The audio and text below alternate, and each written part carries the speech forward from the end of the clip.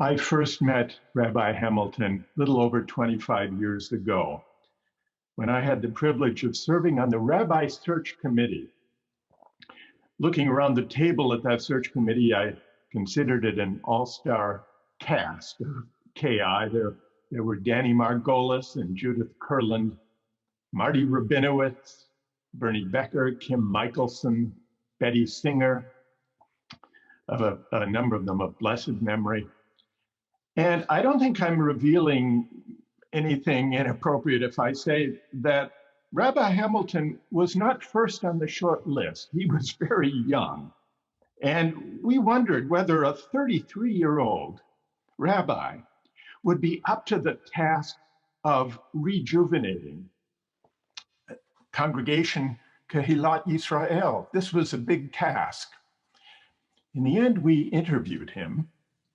We were struck with him. We asked him questions reflecting the range of the people sitting around the table, questions ranging from what he thought about same-sex unions to whether he would wear a white kittel on Rosh Hashanah. I'm not sure what Rabbi Hamilton thought of us. But in the end, we were taken with him. And when we invited him to give a talk to the congregation, our task was suddenly easy. And at the time, I don't think any of us could have described what it was that convinced us that this young man, this 33-year-old, would be the one who could rejuvenate KI, because that's really what we needed. That's what we were looking for. And in retrospect now, 25 years after Rabbi Hamilton has brought success after success, I think I've identified what was the quality that we glimpsed but couldn't quite name at the time.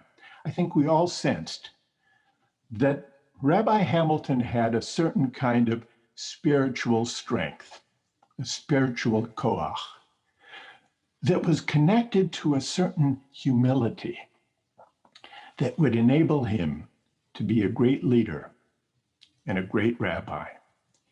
And that, I think, is what has come to pass. Rabbi Hamilton has faced a lot of quite daunting challenges over the past 25 years. Some of them we forget, including persuading a quite traditional congregation to give Torah honors to women, all the way up to the renovation of the campus in ways that really reinvents KI as a center for Jewish life, a pluralist center for Jewish life, with minyanim as well as the main congregation.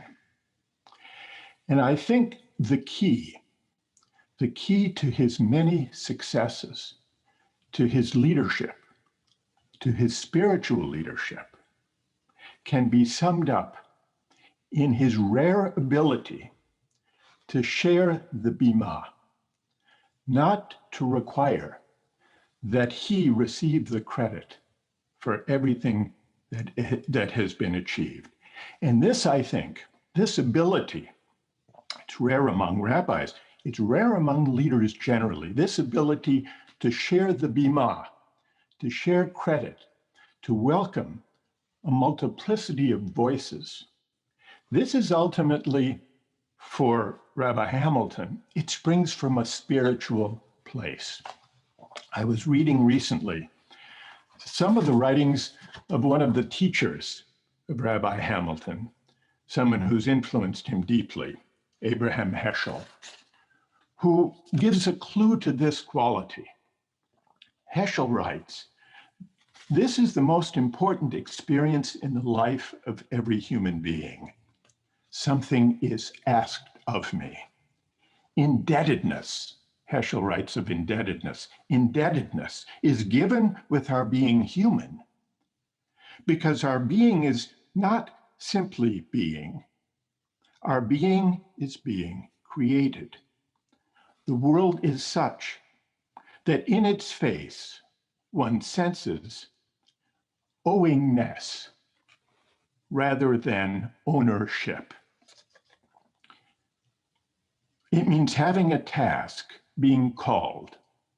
It experiences living as receiving, not only as taking. Its content is gratitude for a gift received. This sense of indebtedness speaks to the spiritual strength and the humility that is right at the heart of Rabbi Hamilton's capacity for leadership and for the care he has devoted to this congregation as he has rejuvenated it. So, thank you to Rabbi Hamilton. Yashar Koach for 25 years of rejuvenating this congregation. Thank you for 25 years of leading us by showing us what it means to share the Bima.